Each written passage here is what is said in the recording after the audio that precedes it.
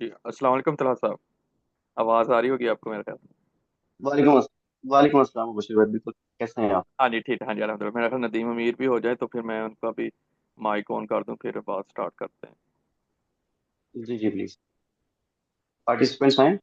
हाँ जी, अभी हो रहे हैं। अभी मेरा ख्याल शायद नमाज का टाइम भी है, अभी हो रहे हैं। जी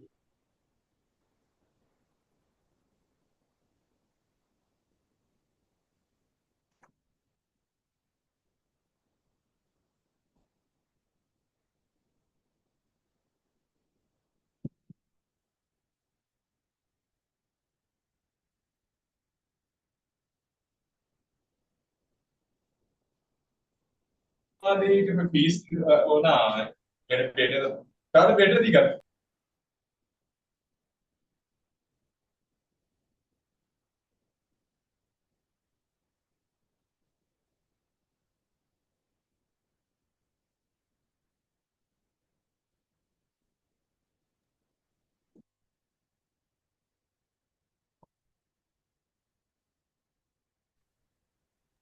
जी नदीम, आपको आवाज़ आ रही है मेरी? जी सर, आ रही है। आपको मेरी आवाज आ रही हाँ है? जी, बिल्कुल जी। मैंने आप लोगों के माइक ऑन कर दिया जी। हम बिस्मिल्लाह, हम स्टार्ट करते हैं जी। सबसे पहले मैं शुक्रिया अदा करना चाहूँगा तला रसलान साहब का, जो सेक्शन ऑफिसर हैं मिनिस्ट्री ऑफ पार्लियामेंट्री अफेयर्स में, और नदीम अमीर जो कि नैब हेड क्वार्टर में जॉब कर रहे हैं, मेरे स्टूडेंट हैं। तो बड़े अरसे से इन लोगों ने कहा था कि एक वेबिनार करना चाह रहे हैं ताकि स्टूडेंट्स को मज़ीद अवेयरनेस मिले। तो मैं अब चाहूँगा कि नदीम साहब, आप जो है ना प्रोग्राम स्टार्ट करें। मैं सुनूंगा सिर्फ, ताकि मेरी मालूमात में इजाफा हो। तो नदीम, अब आपने और तलहा भाई, आप लोगों ने डिस्कशन करनी है, ठीक है जी? जी, thank you sir, thank you. Okay जी, okay, thank you. Thank you sir for giving your precious time. Sir, first of all तो सर तलहा साहब से क्वेश्चन है कि आपने अपने करियर का स्टार्ट कैसे किया और फिर कौन सा रूट आप फॉलो करके सेक्शन ऑफिसर बना। Please sir, let us know. अस्सलाम वालेकुम एवरीवन, थैंक यू नदीम। मैंने अपने करियर का स्टार्ट किया था back in 2009 when I was 21 years old with the qualification of matriculation. Matric base पे मैंने स्टेनोटाइपिस्ट की जॉब स्टार्ट की। और उसके बाद जो है मुझे ये क्लैरिटी थी कि मैंने जो है वो अपनी सारी जिंदगी एज अ स्टेनोटाइपिस्ट या as a non gazetted cadre के अंदर सर्व नहीं करना। I started improving my education. मैंने प्राइवेट इंटरमीडिएट किया, देन प्राइवेट बीए किया, then Pakistan Institute of Development Economics से रेगुलर मास्टर्स किया, एमएस किया। उसके बाद फिर जो है वो सेक्शन ऑफिसर प्रमोशनल एग्जाम होता है एफपीएससी के through for induction into office management group of civil service of Pakistan. वो क्लियर करके अल्हम्दुलिल्लाह 2022 के अंदर मैं सेक्शन ऑफिसर अपॉइंट हुआ हूँ। और आजकल सर्व कर रहा हूँ मिनिस्ट्री ऑफ पार्लियामेंट्री अफेयर्स। जी थैंक यू नदीम। जी सर। सर, ये जो आपने बताया सेक्शन ऑफिसर प्रमोशनल एग्जाम, इसका कोई क्राइटेरिया भी होता है? हाँ जी, इसमें ये इसके लिए इंटाइटल होते हैं सिविल सर्वेंट्स। फेडरल गवर्नमेंट में जो मिनिस्ट्रीज के अंदर होते हैं या उनके अटैच डिपार्टमेंट्स हो गए, या प्रोविंशियल गवर्नमेंट्स के अंदर जो एम्प्लॉयज होते हैं प्रोविंशियल डिपार्टमेंट्स के अंदर होते हैं, उनकी 8 साल सर्विस हो तो वो एलिजिबल हो जाते हैं इस एग्जाम में फिर उन्हें। Right sir. सर, इसके अलावा सारे ये जानना चाहते हैं कि कौन सी चीज है जिसने आपको मोटिवेट करके रखा, जिससे आप जो है क्लरिकल कैडर से ऑफिसर कैडर में मूव कर पाए। वो चीज क्या थी जिसने आपको मोटिवेट इसमें जो करके रखा, परसिस्टेंट रहे? बिल्कुल बिल्कुल, इसमें जो सबसे ज्यादा इम्पोर्टेंट और क्रिटिकल चीज है जो आपको इस चीज की तरफ लेके जाती है वो आपकी कंपनी है। आपकी कंपनी में अगर ऐसे लोग हैं जो अपग्रेडेशन की तरफ, इम्प्रूवमेंट की तरफ जिनका खुद का होगा, तवज्जो होगी या खुद की इंक्लिनेशन होगी, वही आपको इंस्पायर कर सकते हैं कि आप भी आगे जो है वो अपग्रेडेशन और उसकी तरफ, इम्प्रूवमेंट की तरफ जाए। मुझे जो है वो थ्रू गाइड किया मेरे ब्रदर इन लॉ है नवीद अशरफ साहब। उन्होंने ही मुझे शॉर्ट हैंड पढ़ाई। उन्होंने ही मुझसे जो है वो जब जॉब हो गई तो he said to me once कि now it's up to you. तुम्हारा, मैंने, अगर तुम चाहो तो सारी जिंदगी इस जॉब पे गुजार सकते हो। Now it's up to you कि you want to upgrade yourself, or if you're satisfied with your current job तो ठीक है, otherwise if you want to improve yourself, upgrade yourself, do something for your coming generations, तो फिर you'll have to work hard, you'll have to continue your journey. Consider this job as a stipend earning platform, कि यहाँ से आपके खर्चे पूरे हो जाएं और अपने सफर को जारी रखा जाए।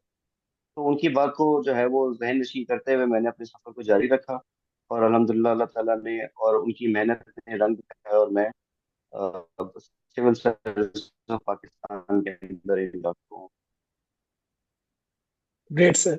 सर एक क्वेश्चन बहुत बेसिक लेवल पे हमसे पूछा जाता है कि एपीएस है वो 16 स्केल में होता है, फिर पीएस बनता है वो 17-18 स्केल में होता है, और यू नो के एसपीएस जब बनता है तो वो 19 स्केल तक भी जाता है।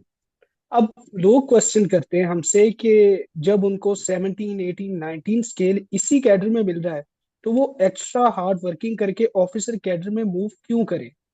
तो सर ये वाला जरा डिफरेंस बताइएगा कि ये वाले कैडर में और आपके वाले कैडर में बेसिक डिफरेंस कौन सा है।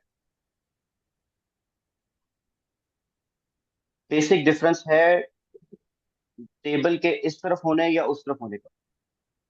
आप सारे मेरे ख्याल से जितने यहाँ पे पार्टिसिपेंट्स हैं ये सारे कहीं ना कहीं जॉब कर रहे हैं। ये जब हम अपने ऑफिस में जाते हैं तो टेबल के दूसरी तरफ बैठे होते हैं, ठीक है, और टेबल के दूसरी तरफ ऑफिसर बैठा होता है, नंबर वन। नंबर टू ये कि अभी भी इस वक्त जहाँ मैं जॉब कर रहा हूँ, जो मेरा पर्सनल असिस्टेंट है वो ग्रेड 17 के अंदर है, और वो मतलब मेरे ऐसे काम भी कर रहा होता है जो मेरे पर्सनल होते हैं। इट्स अप टू यू, अगर आपने पे लेनी है और स्केल एंजॉय करना है तो ठीक है, this line can take you up to scale 19, but 19 में जाकर भी आप एक सिग्नेचर अपेंड करने के लिए एलिजिबल नहीं होते। You can't pass any order, you just have to follow orders. अगर if you are satisfied with this तो ठीक है, आपको तनख्वाह अच्छी मिल जाएगी, आपका स्केल भी अच्छा होगा, बट 19 में जाने के बाद भी आप सपोर्ट स्टाफ ही कंसिडर होंगे। तो 14 का स्टेनोटाइपिस्ट और 19 का एसपीएस में कोई फर्क नहीं होता, दोनों सपोर्ट स्टाफ होते हैं।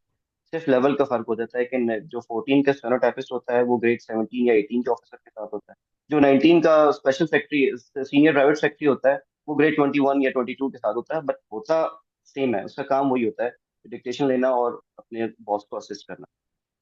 तो if you want to got it change your sir. Class and the class of your generations to come, तो उसके लिए मेहनत करनी पड़ेगी। आप लोग इसलिए भी आप लोगों के लिए आसान है कि आप लोग एक सिस्टम के अंदर आ चुके हुए हैं। अब आपके लिए जो है वो आगे मूव करना आसान है उन लोगों की रिस्पॉन्स जो अभी सिस्टम से बाहर बैठे हैं। इस सिस्टम का आपको पता है, सिस्टम आपको सपोर्ट भी करता है, आपको मल्टीपल अपॉर्चुनिटीज भी प्रोवाइड करता है। If someone is serving in federal secretariat तो उनके लिए एक बहुत बड़ा प्लेटफॉर्म है सेक्शन ऑफिसर प्रमोशन एग्जाम का। और अब पिछले कुछ अरसे से तो ये बहुत फ्रिक्वेंटली हर साल तकरीबन या 1-2 साल के गैप से ये अपॉर्चुनिटी आ रही है। तो जी। Got it sir. सर एक और बड़ा क्वेश्चन किया जाता है कि जॉब में एंट्री के बाद इंसान को जो है वो, क्योंकि 8:30 से 4:30 बजे जॉब भी करनी पड़ती है, फिर अपनी फैमिली को भी फीड करना पड़ता है, और फिर जो एनर्जी होती है वो भी लिमिटेड होती है। तो अब ऐसी इस प्रॉब्लम्स को कर्व करने के लिए इंसान को कौन सी मैयर्स लेनी चाहिए कि वो अपना टाइम, एनर्जी और फिर जो फाइनेंस मैनेजमेंट कर सके। इसके लिए नदीम इन सारे सवालों के लिए एक वर्ड है जवाब इसका, प्रायोरिटाइजेशन। आपको प्रायोरिटाइज करना पड़ेगा अपने यार इनकी की टाइम आवाज क्यों को, नहीं आ रही। अपने रिसोर्सेज को। बर्ड्स की आवाज क्यों नहीं आ रही। हेलो, नहीं नदीम, आवाज आपकी आ रही आवाज है मेरी? ठीक आ रही है। नदीम तला साहब की आवाज भी ठीक आ रही है, आपकी भी आ रही है।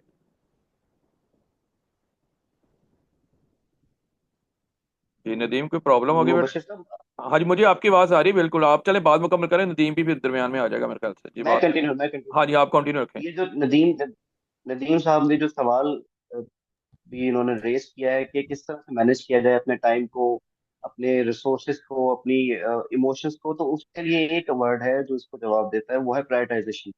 आपको डिसाइड करना है कि आपने जिंदगी में आगे कुछ बढ़ना है, कुछ बनना है।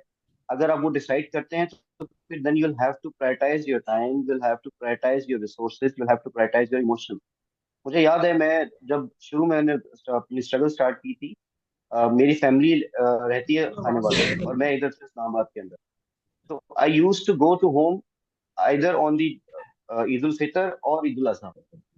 मैंने डिसाइड किया हुआ था कि ठीक है, मैं मतलब जब मैं कुछ कर लूंगा तो मैं ज्यादा अच्छे तरीके से अपनी फैमिली के लिए ज्यादा परफॉर्म कर सकूंगा। तो बजाय इसके कि आप अभी परफॉर्म करना शुरू करें फैमिली के लिए और कम करें, तो इससे बेहतर ये है कि आप कुछ पहले अचीव करें अपनी फैमिली के लिए, अपने आने वाले लोगों के लिए, अपनी जनरेशन के लिए, अपने बच्चों के लिए रोल मॉडल बने। उसके लिए कुर्बानी देनी पड़ती है, टाइम की भी कुर्बानी देनी पड़ेगी, दोस्तियों को कम्प्रोमाइज करना पड़ेगा, फैमिली के फंक्शंस को, फैमिली के इवेंट्स को कम्प्रोमाइज करना पड़ेगा, और चीजें, और मतलब मिसाल के तौर पे अभी आपने एकेडमी को ज्वाइन कर लिया, कोई एग्जाम देना चाह रहे हो, उसके लिए एकेडमी ज्वाइन की है, तो उसके लिए आपको पैसे मैनेज करने पड़ेंगे, you will have to compromise something to achieve something better, something more. Thank you sir. Sir एक और प्रॉब्लम फेस करनी पड़ती है कि अब जो है आप तो मिनिस्ट्री ऑफ मेरा ख्याल इंटर प्रोविंशियल कोऑर्डिनेशन में स्टेनोटाइपिस्ट थे। उसके बाद जो जी। नैब में काम करते हैं, एफआईए में काम करते हैं, आईबी में काम करते हैं, ये ऑटोनमस बॉडीज होती हैं। तो ये सेक्शन ऑफिसर प्रमोशनल एग्जाम के एलिजिबल नहीं होते। सो हम्म। इसके बाद कोई सर अदर बेस भी है जिसमें जो इंसान जो है ऑफिसर कैडर में इंडक्ट हो सकता है, मूव कर सकता है? बिल्कुल बिल्कुल। अगर आप फैसला करते हैं तो sky is the limit, there there are no limitations, there are no boundaries. आप फैसला करें कि आपने जिंदगी में कुछ बनना है, आपने जिंदगी में कुछ करना है, तो आपके लिए रास्ते बहुत खुलेंगे। और not only to the extent of government service, आप प्राइवेट सेक्टर को भी टारगेट कर सकते हैं। लाइक फॉर एग्जांपल, अगर आपका टीचिंग की तरफ जो है वो है, इंक्लिनेशन है, या उस तरफ आपका इंटरेस्ट है, तो आप अपनी क्वालिफिकेशन को इम्प्रूव करें, टीचिंग की तरफ मूव कर जाए। अगर गवर्नमेंट सर्विस की तरफ ज्यादा आपकी वो है, इंटरेस्ट है, तो बहुत सारी जॉब्स आती हैं ग्रेजुएशन बेस्ड और मास्टर बेस्ड, जिसमें असिस्टेंट डायरेक्टर की पोस्टें होती हैं, लेक्चरर की पोस्टें होती हैं गवर्नमेंट कॉलेजेस के अंदर, असिस्टेंट डायरेक्टर की पोस्टें आती हैं बड़े बड़े इदारों के अंदर, नैब के अंदर, आईबी के अंदर, मिनिस्टर ऑफ डिफेंस के अंदर। बहुत सारी ऐसी मिनिस्ट्रीज हैं जहाँ पर असिस्टेंट डायरेक्टर की पोस्टें आती हैं, और उनका भी बाकायदा एक प्रॉपर करियर प्रोग्रेशन पाथ होता है, which leads up to the level of director general, जो गेट 2021 के अंदर होता है। तो इसके अलावा भी सेक्शन ऑफिसर प्रमोशनल एग्जाम के अलावा भी बहुत सारे ऑप्शन हैं। देन प्रोविंशियल लेवल के ऊपर पीएमएस होता है, प्रोविंशियल मैनेजमेंट सर्विस, उसको टारगेट किया जा सकता है। सीएसएस, ऑफ कोर्स सीएसएस को आप टारगेट कर सकते हैं, बट ये है कि यू हैव टू डिसाइड कि आपने जहां पे मौजूद है, आपने यहाँ पे नहीं रहना, you have to move further, you have to move ahead. आपने अपने आप को अपग्रेड करना है। उसके लिए जो है वो फिर डिसाइड कर लेंगे, तो there will be multiple option, और वो इंडिविजुअल बेसिस के ऊपर भी जो है वो डिस्कस किए जा सकते हैं। लाइक नदीम अगर कुछ करना चाहता है, तो नदीम की क्या क्या इंटरेस्ट है, नदीम की क्या क्या कैरेक्टरिस्टिक्स हैं, नदीम की क्या क्या स्पेशलिटीज हैं, नदीम की क्या क्या स्ट्रेंथ्स हैं, नदीम की क्या क्या वीकनेसेस हैं, उसको ध्यान में रखते हुए नदीम का एक स्पेसिफिक कोर्स ऑफ एक्शन बनाया जाता है। And same goes to all. तो जस्ट डिसाइड कि ठीक है, मैंने आगे बढ़ना है, मैंने आगे मूव करना है, और यही जिंदगी है। अगर आप देखें ना, जिंदगी की अलामत मेडिकल साइंस के अंदर क्या है, ईसीजी रिपोर्ट से पता चलता है कि ठीक है, जिंदगी चल रही है। उसमें अगर फ्लैट लाइन हो जाए तो कहते हैं कि ठीक है, the man is dead. As long as the line is moving up and down, बंदा इज अलाइव एंड किकिंग। तो आपने स्टेनोटाइपिस्ट, एपीएस, या जो भी आप बन गए हैं, या जिस भी सर्विस के अंदर आप आ गए हैं, अगर आपने यही पे जिंदगी गुजारनी है, तो फॉर दैट मैटर आपकी लाइफ खत्म है। आप ठीक है, आपकी सोशल लाइफ चल रही होगी, बट सर्विस के हवाले से you have achieved your maximum to your understanding, और फिर उसके बाद खत्म। Thank you sir. फिर सर आप सारी एक और भी जिंदगी होता वही है कि सर्विस कर। हाँ, अगर उसमें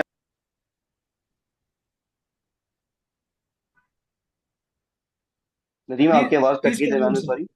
प्लीज कैरी ऑन सर, आप कोई बात कर रहे थे। जी जी प्लीज। सर नहीं नहीं एक प्लीज, आप ये होता पूछें है क्या कि पूछें। अब हमें बात का तो पता चल गया है, लेकिन अब हमें उसे फॉलो कैसे करना है ये नहीं हमें पता चल रहा। तो उस उसके बारे में क्या आप राय रखते हैं कि उस बात को फॉलो कैसे किया जाए? कौन सी इसेंशियल थिंग्स है जिससे अपने आप को इक्विप किया जाए और तब आप किसी भी एग्जाम को क्रैक कर सकते हैं? देखिए, सिस्टमेटिकली मूव करना चाहिए, एज सिंपल एज दैट। अगर अभी आपकी क्वालिफिकेशन मैट्रिक है, improve your qualification to the masters level और ग्रेजुएशन लेवल। अगर इंटरमीडिएट है तो इसको इंप्रूव करें। Then most important, most essential, your English expertise. English in terms of writing, English in terms of reading, English in terms of speaking. इन तीनों को आपको इम्प्रूव करना पड़ेगा। और पाकिस्तान का जो it is quite unfortunate, but यही हकीकत है कि जो पाकिस्तान का कंपेटिटिव एग्जाम्स का बेंचमार्क है, that starts from the expertise in English. आपको इंग्लिश में एक्सपर्टीज है, आप इंग्लिश का पेपर तो करेंगे ही, बट सीएसएस के जो दूसरे पेपर्स हैं, पाकिस्तान स्टडीज का पेपर है, आपने पाकिस्तान स्टडीज को भी इंग्लिश में करना है। एवरीडे साइंस का पेपर है, आपने उसको भी इंग्लिश में करना है। पब्लिक एडमिनिस्ट्रेशन का पेपर है, वो भी इंग्लिश में होना है। तो English is the most essential part of the career progression in civil service of Pakistan या गवर्नमेंट सर्विस जो भी पाकिस्तान की है। तो सबसे पहले इंग्लिश को इम्प्रूव करें, जनरल नॉलेज को इम्प्रूव करें, न्यूज़ पेपर्स को जो है वो अपना डेली रूटीन का हिस्सा बनाएं कि ठीक है, तो जो टाइम आपने सोशल मीडिया को या फेसबुक को या इंस्टा को स्क्रॉल करने में लगाना है, वो आप थोड़ा सा टाइम न्यूज को दें। आप नेशनल न्यूज को फॉलो करें, इंटरनेशनल न्यूज को फॉलो करें, दुनिया में क्या चल रहा है, ठीक है, लेटेस्ट टेक्नोलॉजीज क्या आ रही हैं। इस चीज को अपने आप को जो है वो as a matter of routine equip करें, और इंग्लिश को बहुत ज्यादा इम्प्रूव करें। इंग्लिश बहुत ज्यादा सिग्निफिकेंट। जी सर। सर इसमें वो वाला मेथड आता है कि मेजोरिटी ऑफ द स्टेनोटाइपिस्ट जो होते हैं ना, वो क्योंकि उर्दू मीडियम पढ़ के आए होते हैं, थिंकिंग भी उनकी उर्दू में ही होती है। तो सर कौन से मेथड्स हैं जिनको फॉलो करके वो अपनी इंग्लिश को इतना इम्प्रूव कर सकते हैं कि वो इंग्लिश में थिंक कर पाए, दो न्यूज़पेपर पढ़ पाए, या जो आपने रेफरेंसेस दिए हैं इनको फिर रीड आउट कर सके? जी, मैं भी उर्दू मीडियम से पढ़ के आया हूँ, टाटो टाटो वाले स्कूल से पढ़ा हूँ। ठीक है, तो ये ऐसी कोई रॉकेट साइंस नहीं है, सिर्फ जो है वो इंसान के दिल में डर बैठा होता है। कि आप सब भी इस सारे स्टेजेस से गुजरे होंगे कि जब मैट्रिक करने का टाइम था तो लोग कहते थे कि मैट्रिक बहुत मुश्किल है, मैट्रिक हो गया तो आगे जिंदगी आसान है। देन आप लोगों ने जी शॉर्ट हैंड यस। की। अब शॉर्ट हैंड एक ऐसी चीज है, मेरे नजदीक शॉर्ट हैंड करना सीएसएस करने से ज्यादा मुश्किल काम है। वो आप लोगों ने की हुई है। इसका मतलब ये है कि आप सबके अंदर पोटेंशियल मौजूद है, आप लोगों के अंदर रिजिलियंस मौजूद है, आप लोगों के अंदर पेशेंस मौजूद है। आपने जस्ट उसको चैनलाइज करना है towards some better option. Shorthand करना सीएसएस करने से ज्यादा मुश्किल मैं इसलिए कह रहा हूँ कि जब आप सीएसएस कर रहे होते हैं तो आप कुछ ऐसा पढ़ रहे होते हैं, मिसाल के तौर पे आपने एवरीडे साइंस पढ़ी है, तो आपके जो है ना वो नॉलेज के अंदर इजाफा हो रहा है। आपने पाकिस्तान अफेयर्स पढ़ा है, हिस्ट्री पढ़ी है, इंडो पाक हिस्ट्री पढ़ लेते हैं आप पब्लिक एडमिनिस्ट्रेशन पढ़ लेते हैं, तो कोई कॉन्सेप्ट या कोई ऐसी चीजें आ रही होती हैं आपके इंटरफेस पे जिसको आप रिलेट कर सकते हैं विद रियलिटी और रियल लाइफ। शॉर्ट हैंड एक ऐसी चीज है कि जिसमें आपने बस सर धुन के बैठना और लाइनें मारनी है। मैं गुजरा हूँ इस स्टेज से, मुझे पता है। आप मतलब एग्जैक्टली। एक स्टेज ये भी आ एग्जैक्टली। जाती है कि आप कहते हैं कि ये मैं क्या कर रहा हूँ, कि ये मैं क्या कर रहा हूँ और इससे क्या निकलेगा, लेकिन आप सब उस सारी स्टेज से गुजर के आगे आए हैं। तो इसका मतलब ये है कि आपके अंदर पेशेंस, रिजिलियंस और वो कैपेबिलिटी मौजूद है कि आप एनर्जीज को डाइवर्ट करें टुवर्ड्स बेटर स्कूल। तो सर इसके अलावा कोई एकेडमीज भी है, जैसे रशीद एकेडमी फॉर स्टेनोग्राफर्स है, ये स्टेनोग्राफर्स कोई जॉब के लिए तैयार करती हैं, कसूर में कई ऐसी एकेडमीज है। इसी तरह कोई सीएसएस की भी ऐसी है, सीएसएस पीएमएस के लिए? पहली बात तो मैं ये जो रशीद एकेडमी जो है वो सर्व कर रही है मिडिल क्लास और लोअर मिडिल क्लास के लोगों के लिए, ये एक बहुत बड़ा जो है वो कंट्रीब्यूशन है टुवर्ड्स सोसाइटी। क्योंकि हम सब जो है वो बिलोंग करते हैं either from the middle class और द लोअर मिडिल क्लास। हमारे लिए सबसे पहले मसला ये होता है कि हमने अपना जो है वो सिक्योर करना होता है कि ठीक है, हमारा एक बेंच मार्क अचीव हो जाए, हमारे खर्चे पूरे होना शुरू हो जाए। जब हमारे खर्चे पूरा होना शुरू हो जाते हैं तो फिर हम आगे की तरफ जो है वो मूव करते हैं। तो मैं अप्रिशिएट करूंगा मुबशिर भाई के एफर्ट्स को भी कि इन्होंने जो है वो लोगों के लिए ये प्लेटफॉर्म क्रिएट किया हुआ है। दूसरे जो आपका सवाल है कि इसके अलावा जो अकेडमीज है, there are multiple options. There multiple options. Sahiwal का मुझे आइडिया नहीं है कि साहिवाल में क्या है, बट इधर इस्लामाबाद में, लाहौर में किप्स अकेडमी है, दोहा अकेडमी है, सीएसपीज है। तो मल्टीपल ऑप्शंस है जिसकी तैयारी करा रही है। लेकिन again I would say again, ये लेटर स्टेज पे आपको इन अकेडमीज की जरूरत पड़ेगी। आपको पहले अपने आप को खुद इक्विप करना पड़ेगा। पहले अपनी अंग्रेजी के ऊपर फोकस करें। कोई अगर इंग्लिश का टीचर हायर कर सकते हैं, किसी टीचर, कोई ऐसा टीचर आपकी रीच में है कि जिस जो आपको पर्सनलाइज इंग्लिश पढ़ा सके, उनके पास जाएं। ठीक है, इंग्लिश अपनी बेहतर करें, जनरल नॉलेज बेहतर करें। जब ये सब हो जाएगा तो फिर एकेडमी आपको सिर्फ फॉर्मेट के ऊपर काम करती है कि ठीक है एग्जाम का फॉर्मेट है। तो academy is the later stage. पहले आपको अपनी खुद की जो है ना वो personal development in terms of English and in terms of general knowledge improve करना और ये जो दूसरा आपने कहा था ना कि सीएसएस और सोप के अलावा क्या ऑप्शंस हैं गवर्नमेंट ऑफिसर बनने के लिए, जो असिस्टेंट डायरेक्टर की सीट्स होती हैं, असिस्टेंट डायरेक्टर की सीट्स के लिए जो मोस्ट एसेंशियल चीज है वो इंग्लिश और जनरल नॉलेज। 100 मार्क्स का पेपर होता है जिसमें से जो आपने 70 प्लस या 80 प्लस अगर टारगेट करना है तो वो that comes from general knowledge in English and history. तो इसके ऊपर फोकस करें फिलहाल अभी। देन जब आप अटेम्प्ट लेने की कोशिश करेंगे आइदर फॉर सीएसएस और पीएमएस और सेक्शन ऑफिसर प्रमोशन एग्जाम, तो फिर उस स्टेज पे जाके एकेडमी को ज्वाइन किया जा सकता है।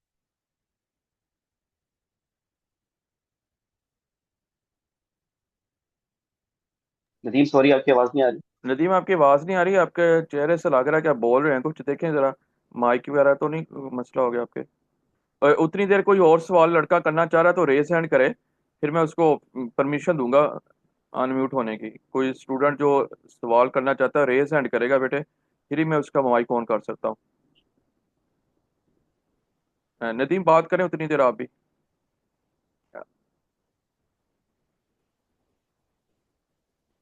नदीम आपकी आवाज़ नहीं आ रही बेटे। सर अब मेरी आवाज आ रही है आपको? जी अब आ रही है, हाँ जी बात करें आप। जी अब आ रही है। ठीक। तो तला भाई मैं क्वेश्चन ये कर रहा था कि आपने एक इंग्लिश का तो कोर सब्जेक्ट बता दिया कि बहुत ही जरूरी है। इसके अलावा भी कोई ऐसा इंग्लिश में सब डिविजन्स बनी हुई कि आपने कॉम्प्रीहेंशन पे काम करना है, प्रेसी पे काम करना है, या इसके अलावा कोई सोशियोलॉजिकल सब्जेक्ट है जो आप ग्रेजुएशन ग्रेजुएशन उसमें करते हैं, तो फिर आपका जो सीएसएस क्रैक करना है, पीएमएस क्रैक करना है, बहुत ज्यादा कंपैरेटिवली इजी हो जाता है। हम्म। एक तो इंग्लिश आपको, क्योंकि हमारी फर्स्ट लैंग्वेज तो है नहीं और ना हमें ऐसा एनवायरमेंट मिला है कि हमें इंग्लिश जो है वो इनसाइड आउट करने का मौका मिला हो, तो हमें इंग्लिश को सिस्टमेटिकली करना पड़ेगा, starting from the understanding of grammar, फिर ग्रामर से सेंटेंस स्ट्रक्चर, फिर राइटिंग, देन कॉम्प्रिहेंशन। तो वो तो जो इंग्लिश का उस्ताद जो भी आप जिसके पास जाएंगे वो आपको प्रॉपर उसकी तरह गाइड करेगा, starting from the grammar and leading towards comprehension and writing. दूसरा जो आप सब्जेक्ट की बात कर रहे हैं, अगर आप टारगेट कर रहे हैं सीएसएस को, पीएमएस को, तो उसके लिए जो सोशल हाँ, साइंसेज तो हैं आवाज नहीं आ रही। वो बड़ा बड़ा इंपॉर्टेंट रोल प्ले करते हैं, बड़ा हेल्पफुल साबित होते हैं in terms of giving a better attempt to competitive exam. For example आप आईआर चूज कर लेते हैं, फॉर एग्जांपल आप पॉलिटिकल साइंस चूज करते हैं, इकोनॉमिक्स चूज करते हैं, for that matter sociology choose करते हैं, तो ये वो सब्जेक्ट्स हैं कि जो सीएसएस की अटेम्प्ट लेने में भी बहुत ज्यादा हेल्पफुल होते हैं। लाइक एग्जाम, मैं आपको एग्जांपल, क्योंकि मेरा अपना सब्जेक्ट इकोनॉमिक्स है, मैं इकोनॉमिक्स पढ़ाता भी हूँ। तो इकोनॉमिक्स एक ऐसा सब्जेक्ट है कि अगर आपको इकोनॉमिक अंडरस्टैंडिंग आ जाए इन terms of concepts and in terms of its figures and knowledge, तो सीएसएस के हर एग्जाम में ऐसे का जो पेपर होता है, उन 10 ऐसे में से 3 से 4 टॉपिक्स ऐसे होते हैं which are related from the economic concept. तो वो आपको अटेम्प्ट करने में बहुत आसानी होती है। इसी तरह अगर आप लॉ को लेके जाते हैं तो लॉ के सब्जेक्ट्स हैं, इंटरनेशनल लॉ है, कॉन्स्टिट्यूशनल लॉ है, तो मर्केटाइल लॉ है। ये सब्जेक्ट्स ऐसे हैं जो लॉ जिन्होंने पढ़ा स्टूडेंट्स ने उनके लिए बहुत ज्यादा हेल्पफुल साबित होते हैं। तो यस, डिसिप्लिन जो है वो बहुत ज्यादा इंपॉर्टेंट है। Social sciences I would recommend, क्योंकि सोशल साइंसेज को पढ़ना रिलेटिवली आसान है being in service. Hasan Khan साहब आपने भी रेस हैंड किया है, चले आप भी सवाल पूछ लें ताकि साथ साथ हम सवाल भी लेते रहें स्टूडेंट्स के। जी हसन खान साहब मैंने आपका माइक ऑन किया है।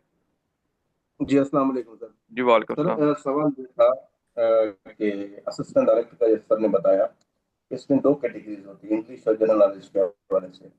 तो काफी जगहों पर मैंने सुना है और देखा, पढ़ा तो नहीं अभी तक सुने कि डिफरेंट कैटेगरीज भी होती है, जिस तरह मैथमेटिक्स होती है और मतलब कि इंटेलिजेंस क्वेश्चंस होते हैं इसमें, इकोनॉमिक्स, तो इकोनॉमिक्स के हवाले से भी होती है।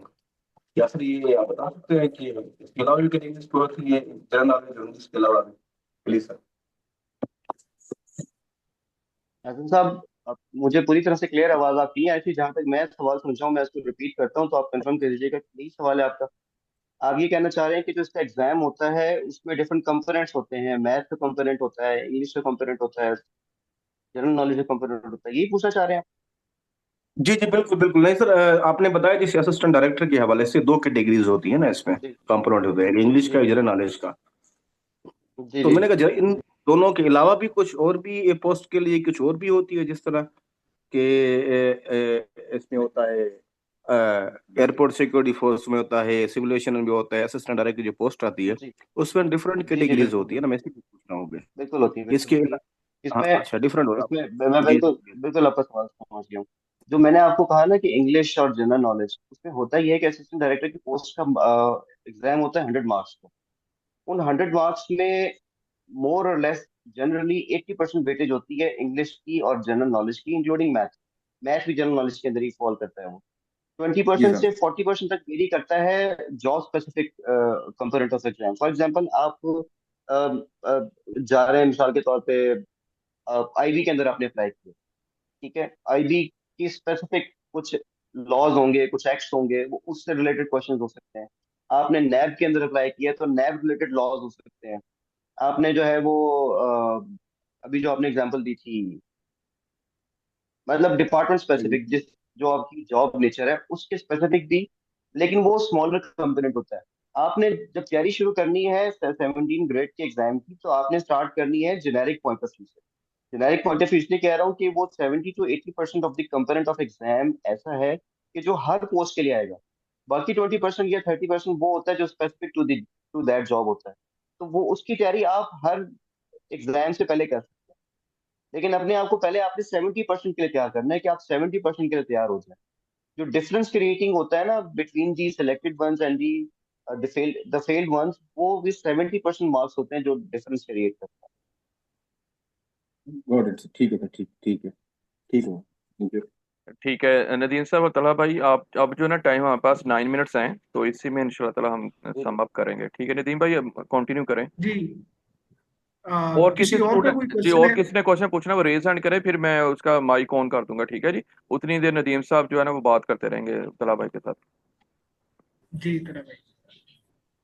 मतलब भाई इसके अलावा जो एक तो है जो आप बता रहे हैं असिस्टेंट डायरेक्टर की पोस्ट है, या अगर सीएसएस बंदा क्रैक कर लेता है तो उसमें असिस्टेंट कमिश्नर की पोस्ट है, एपीएस की एएसपी की पोस्ट है।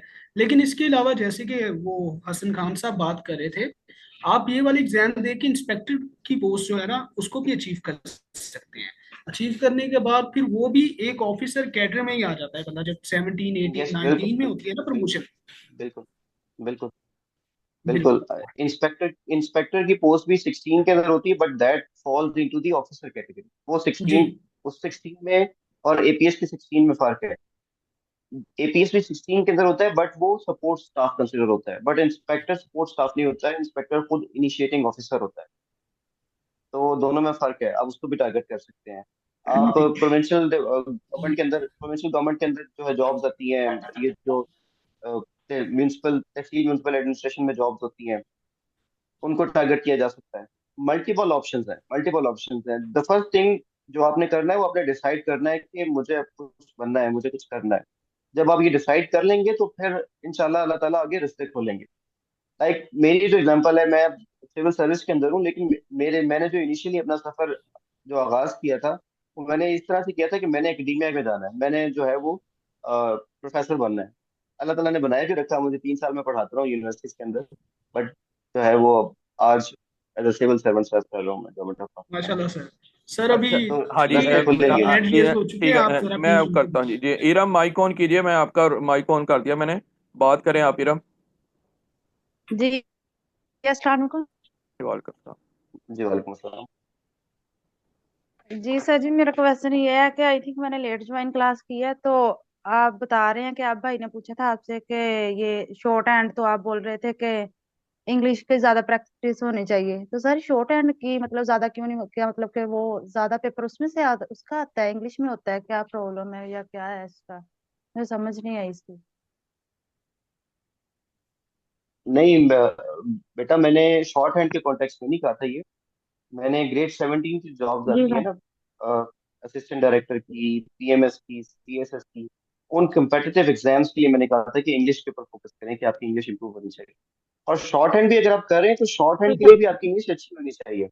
एक वो स्टेनोटाइपिस्ट जिसकी इंग्लिश अच्छी है वो, और एक वो स्टेनोटाइपिस्ट जिसकी इंग्लिश अच्छी नहीं है, दोनों की परफॉर्मेंस में जमीन आसमान का फर्क होता है जब वो जॉब में चला जाता है। तो इंग्लिश आपकी बहुत अच्छी होनी चाहिए, और शॉर्ट हैंड में तो करते हुए इंग्लिश आप अपनी शॉर्ट हैंड के थ्रू भी इम्प्रूव कर सकते हैं। क्योंकि नए नए वर्ड सीखते हैं ना, मिसाल के तौर पे आपने कोई वर्ड, कोई आउटलाइन ड्रॉ की है एक वर्ड की, तो उस वर्ड को भी साथ सीख लें। तो वो दोनों काम हो जाएंगे। तो शॉर्ट हैंड अगर कुछ बच्चे पढ़ रहे हैं तो वो शॉर्ट हैंड पढ़ते हुए भी अपनी इंग्लिश इंप्रूव कर सकते हैं। जब मैं शॉर्ट हैंड पढ़ रहा था तो मैंने उस वक्त बाकायदा में ये काम करता होता था। कोई नया वर्ड अगर इस तरह से आता था तो मैं उस वर्ड को जो है वो पर्सनलाइज करता था, उसका उसकी ट्रांसलेशन करके फिर उसको यूज किया करता होता था अपनी सेंटेंसेस के अंदर, अपनी राइटिंग के अंदर या अपने डेली रूटीन के अंदर। तो शॉर्ट हैंड पढ़ते वक्त भी अपनी इंग्लिश को बहुत इंप्रूव किया जा सकता है अगर आप में से कुछ स्टूडेंट्स अभी पढ़ रहे हैं।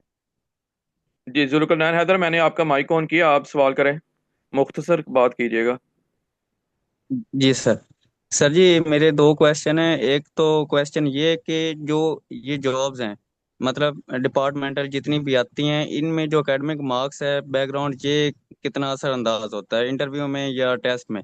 दूसरा सर ये कि शॉर्ट हैंड और जो हमारा जीके है, हम कैसे इसकी तैयारी करें कि हम जल्द जल्द जॉब हासिल कर लें, और एक अच्छे वे में, और एक जो कह लें कि अच्छे तरीके से हम इसको तैयारी करें और जल्द जॉब ले लें, ना कि अंधाधुंध किसी चीज के पीछे लगे रहें और हमें पता ना हमने क्या करना है, एवं करते जाएं। एक सर डायरेक्शन हमें बता दें ताकि हम उस हिम्मत में चल के जल्द और अच्छे तरीके से जॉब हासिल कर सकें सर। मेरा ये क्वेश्चन। Thank you. बेटा आपका जो पहला सवाल है उसमें तो ये है कि बहुत ज्यादा फर्क नहीं पड़ता। आपके जो क्वालिफिकेशन है उसमें कितने मार्क्स हैं, से इतना ज्यादा सिग्निफिकेंट फर्क नहीं पड़ता। फर्क पड़ता है आपके टेस्ट में कितने मार्क्स हैं, आपके इंटरव्यू में कितने मार्क्स हैं। आपकी एलिजिबिलिटी जो है वो मीट करनी चाहिए। फॉर एग्जाम्पल किसी जॉब के लिए एलिजिबिलिटी है कि इंटरमीडिएट में आपकी सेकंड डिवीजन होनी चाहिए। अगर आपकी सेकंड डिवीजन है तो यू आर इक्वली गुड उस बंदे के साथ के जिसके 70% या 75% मार्क्स है, डजंट मैटर। दूसरा सवाल आपने ये किया कि जो मतलब किस तरह से तैयारी की जाए उसकी जनरल नॉलेज वाले एग्जाम की। तो उसकी बुक्स मिलती है बेटा, ठीक है, वो बुक्स खरीदें, उनको घोल के पी जाएं। इसका यही तरीका है। जो शॉर्टकट तरीका है वो ये है कि बुक्स खरीदें और उसको रट्टा लगाएं। और जो दूसरा तरीका है वो ये है कि आप अपनी नॉलेज बेस को इंक्रीज करें, डेली रूटीन बनाएं न्यूज़पेपर पढ़ने की, इंग्लिश को इम्प्रूव करें। डॉन एडिटोरियल का जो वो होते हैं आर्टिकल्स होते हैं उनको पढ़ें, उसमें से वर्ड्स को पिक करें और उन वर्ड्स को अपनी जो है रूटीन का हिस्सा बनाएं। तो दोनों अप्रोचेस के ऊपर काम करना चाहिए। अगर आप शॉर्ट टर्म के अंदर कुछ रिजल्ट चाहते हैं तो बुक खरीदें, बुक को फॉलो करें, उसमें से जो है वो काफी सारी आपकी तैयारी हो जाती है। दूसरा तरीका ये है कि आप अपनी नॉलेज बेस को इंक्रीज करें in terms of general knowledge and in terms of English. जी बुशरा अफजल, आप भी सवाल कीजिएगा, मुख्तसर बात कीजिएगा क्योंकि हमारे पास सिर्फ 3 मिनट्स हैं। जी सर, मैंने ये पूछना था कि हम ना असिस्टेंट डायरेक्टर बनने के लिए ग्रेजुएशन किन सब्जेक्ट्स में करें कि हमें ज़्यादा अच्छी पोस्ट मिल सकती है। कौन से सब्जेक्ट्स बेहतर हैं जिनमें हम ग्रेजुएशन करें तो हम असिस्टेंट डायरेक्टर बन सकते हैं। बेटा जो असिस्टेंट डायरेक्टर की पोस्टें आती हैं ज्यादातर उसमें रिक्वायरमेंट होती है उनकी economics, public administration, business administration, accounting and finance. Generally जो ज्यादातर पोस्टें आती हैं उसमें ये वाली रिक्वायरमेंट्स होती हैं। तो सर अगर बीकॉम और एमकॉम कर और सोशल साइंस वो इसी में फॉल करती सर है अगर बेटा, बीकॉम इसी में फॉल करती है बीकॉम भी। बीकॉम और एमकॉम करें तो हमें इजीली मिल सकती है असिस्टेंट डायरेक्टर की पोस्ट। हाँ जी बेटा वो भी फॉल करती है।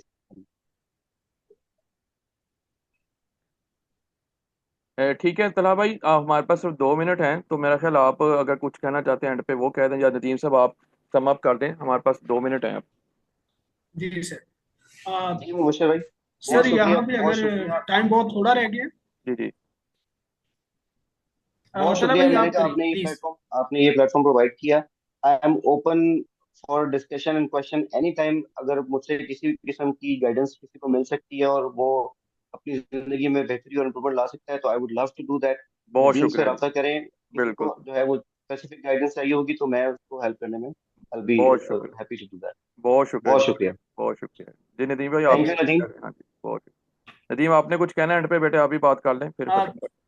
जी सर, आप जाने लगे हैं तो जाते जाते जरा बच्चों को इंटरव्यू टिप्स तो दे जाएं, क्योंकि अब तो टेबल पे आप उस साइड पे है ना जहाँ पे असेस करते हैं हाँ लोगों को। बिल्कुल तो बिल्कुल आप सही जाते बात जाते कोई टिप्स भी है। दे दें जो इनके काम आ जाए। बेटे वन लाइनर अगर मैं कहूँ तो बी योरसेल्फ। इंटरव्यू में कभी भी ये पोर्ट्रे नहीं करना कि आपको सब कुछ आता है। जो नहीं आता है वो नहीं आता है और जो आता है वो आता है। इंटरव्यू में इंटरव्यूअर कभी भी आपको नॉलेज टेस्ट नहीं करता। इंटरव्यू में इंटरव्यूअर आपकी पर्सनैलिटी को टेस्ट करता है कि how sound and mature personality you have. जो आता है उसका जवाब दें, जो नहीं आता है जस्ट से नो कि आई डोंट नो। उसमें कंफ्यूज होने की, उसमें घबराने की कोई जरूरत नहीं। Just be yourself. One liner tip. बाकी अगर किसी को स्पेसिफिक इंटरव्यू पे बिल्कुल गाइडेंस चाहिए होगी बिल्कुल तो मैं ऐसा ही उसको है, अलग से दे दूंगा। बिल्कुल ऐसा ही। और चले सर ठीक चले किसी ठीक का है, कोई बहुत क्वेश्चन शुक्रिया है? जी। नहीं, मेरा ख्याल हमारे पास बिल्कुल आखिरी मिनट है। बहुत शुक्रिया जी आप सब लोगों का भी, और तलहा साहब का खास तौर पे, और नदीम अमीर का भी, और जितने स्टूडेंट्स ऑनलाइन थैंक हुए यू सो आप मच। लोगों का भी। तो इंशाल्लाह ताला फिर कभी टाइम मिला तो दोबारा हम लोग इसी तरीके से दोबारा जो है वेबिनार करवाएंगे, और मजीद जो डिस्कशन तलहा साहब से करेंगे इंशाल्लाह ताला जी। बहुत शुक्रिया जी। अल्लाह ताला थैंक खुश यू बहुत सर। रखे शुक्रिया। सबको जी। Thank you. Allah Hafiz. Allah Allah Hafiz. Hafiz.